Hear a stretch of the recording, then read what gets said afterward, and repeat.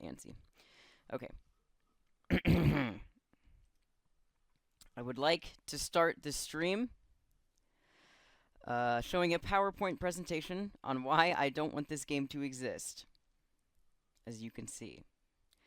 To say this game is single-handedly the most important and formative media I have ever engaged in would not be an overstatement, and I have to do this or else I will not be able to sleep at night and my life would feel incomplete. I need to catalog my first time delving into this for my own peace of mind. I would have liked for this to be a little longer and more thorough, but this shit really snuck up on me. Like, I made this, like, in the span of, like, I don't know, I think I started, like, 4 days ago. There will probably be times that I make a claim and don't elaborate on it or show any concrete examples. I'm sorry. See, back to the lack of time. I hope this will be taken less objectively and more subjectively, even though I am probably right. Anyway, I've been off most social media for like 4 days and tactfully avoiding certain places because I'm terrified of spoilers. I did get spoiled on one particular thing. I'll mention it. I probably won't get there tonight, but I'll mention it when I get there. This will probably take like 10 to 15 minutes to go through, depending on how much I ramble, and I'm very antsy. So, let's get started. Part 1. Arguing against a brick wall. Hey.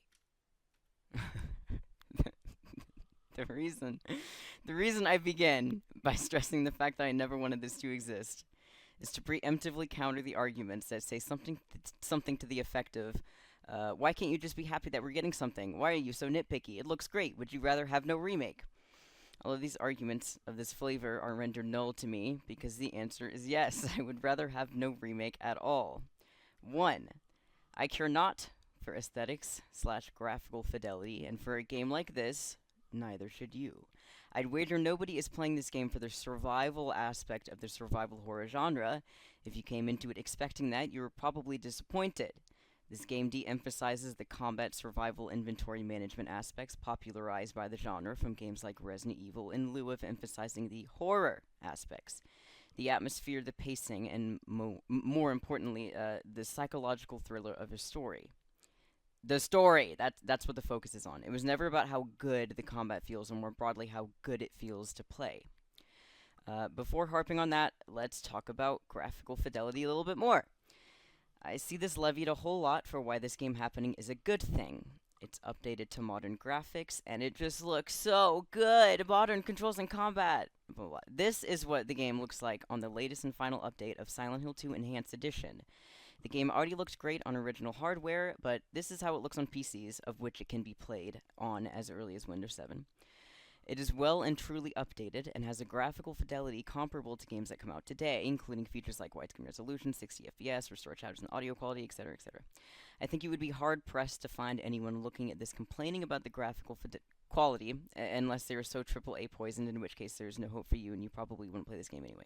Now, obviously, when Konami decided to remake this, they weren't thinking of this project so lovingly crafted by the fans, and were like, no, this is redundant. But remember, though, I'm arguing why I think this thing shouldn't exist, why this remake doesn't merit its own existence. Potential counters are the accessibility ones. What about people who don't have a PC? What about people who don't have the original copy of the Silent Hill 2 PC port that the Enhanced Edition requires? I don't feel all that amenable to these arguments. Of course I am to the ones that point to needing a PS2 and shelling out the hundreds of dollars this game now goes for. That's a fucking doozy. But seriously, this thing can run on Windows 7. As far as acquiring a copy, well, for legal reasons I'm not suggesting it, but it is insanely easy. Enhanced Edition is free.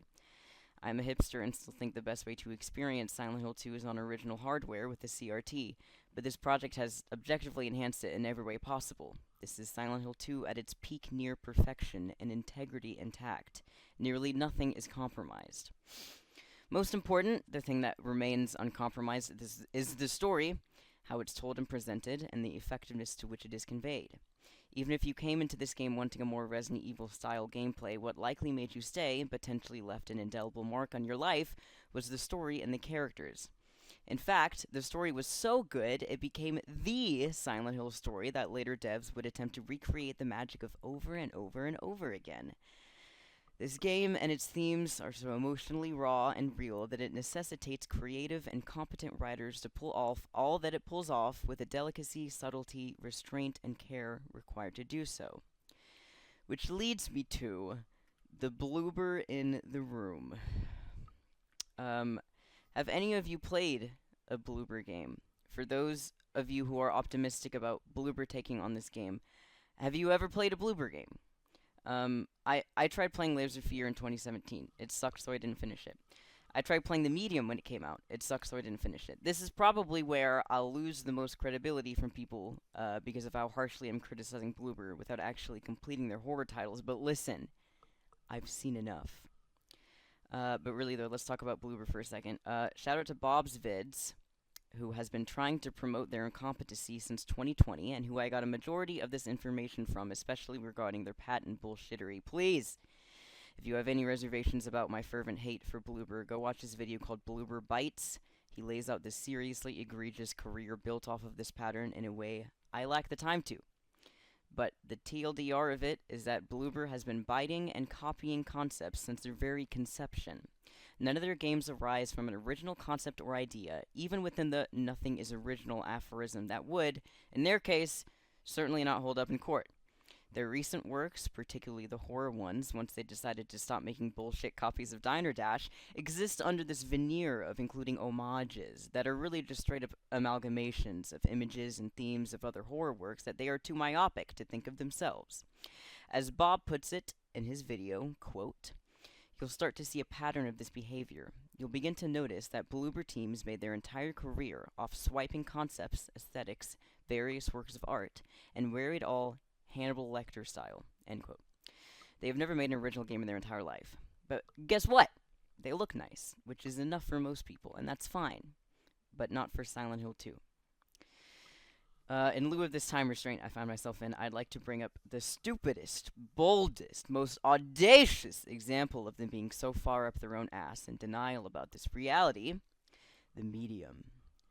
The Medium is a game I'm honestly, so fucking certain was made for Konami to put their eyes on them for a potential remake. It even includes Yamaoka as a composer.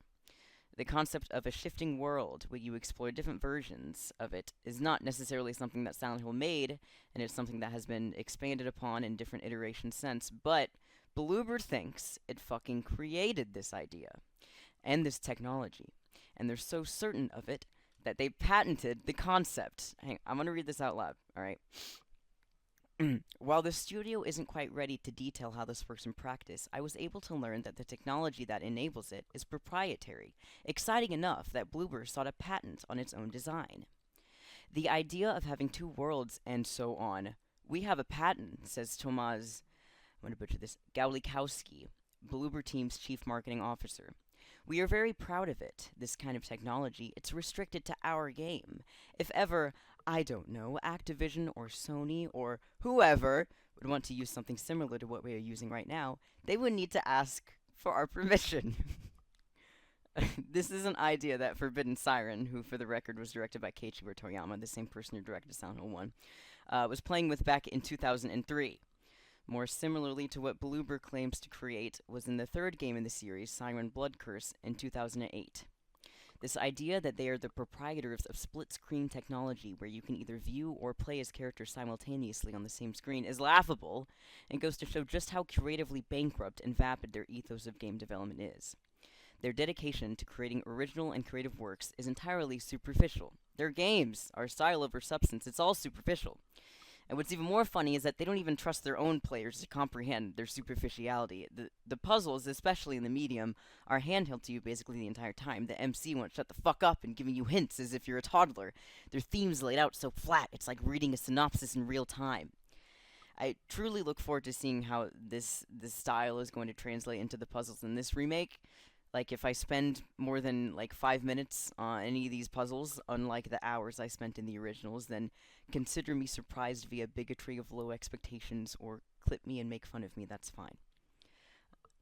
And they are unable of creating anything of substantial substance. The reason I initially put down Layers of Fear and the Medium is because the story sucked.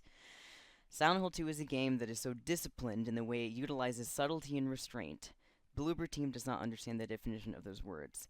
They will convey the themes and ideas of their games with all the subtlety of a freight train. Their stories are a dumb person's idea of a deep and compelling story, the type of writers to think a sorrowful, tragic story immediately translates to good and complex and artful. There's an old storytelling axiom of show, don't tell. Bloober is show and bludgeon the audience with telling. On the topic of showing, though, I want to make a point of generalizing this by contrasting the writing on the wall that appears in Silent Hill 2 with what we have seen of Bloober's Silent Hill 2. Here we have 2 Bible verses in the very beginning of the game in the bathroom James finds himself in. They are subtle, entirely missable, nearly illegible, but if you do notice them, serve to deeply enrich the story and its themes. Moreover, we have the writing on the wall in Barneely's, which, while more blatant, is merited by being halfway through the game. It's way more impactful because this is around the part where the game starts getting real blatant with calling James out in the "you should just die" one. And it's also entirely optional and missable. It's not shoving it in your face. What do we get from Bloober? This is sterile and generic. It feels like it's trying to be more intelligent and mysterious by eliminating vulgarity, as my friend Leo put it. Thank you, Leo, in the chat. And specificity, but it completely misses the point. To think a platitude hastily plastered on the wall is comparable to the direct and personal tone set by the original is a misinterpretation. Once I found out that they pulled the patent bullshit, I was floored. Once I found out this was the developer that would be making Silent Hill 2 Remake, I despaired. I cannot think of a developer more unfit to handle the maturity and poignancy of Silent Hill 2's story. Can you imagine how ecstatic they were when Konami chose them to remake Silent Hill 2, especially after them trying so hard to make themselves look like the perfect contender for it? Oh, thank God. We don't have to come up with any original concepts. We can just copy Silent Hill 2, but make it worse! Why are we trusting Konami with this? Konami, who so gleefully abandons their beloved franchises in place of profits in the form of mobile games and patchy slot machines. Of course they would see Bloober's superficiality at play and choose them for this remake. Of course they care not about the integrity of their franchises. I honestly would love to know what incited them to resuscitate this franchise so enthusiastically and bombard us with the premise of 3 games, an interactive Twitch dumpster fire, and a movie. Fuck them. I don't trust them with this shit. They don't give a fuck about gaming, and they don't give a fuck about us. I don't trust Bloober with this shit. I have nothing to hold on to other than Akira Yamaoka. Thank you, Akira Yamaoka. I'm almost done.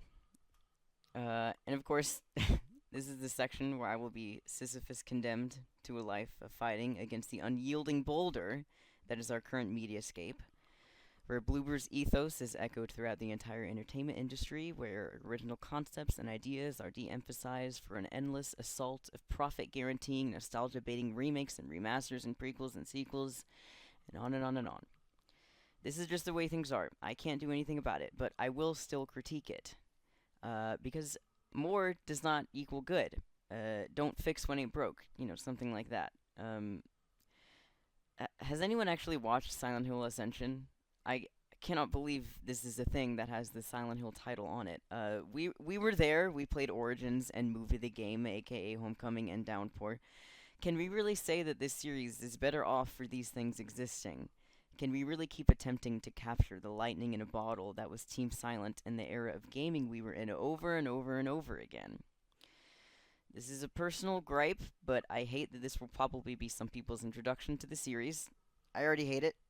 I would give Bloober a minutia of good faith if they gave the game that more justifiably merits a remake, Silent Hill 1.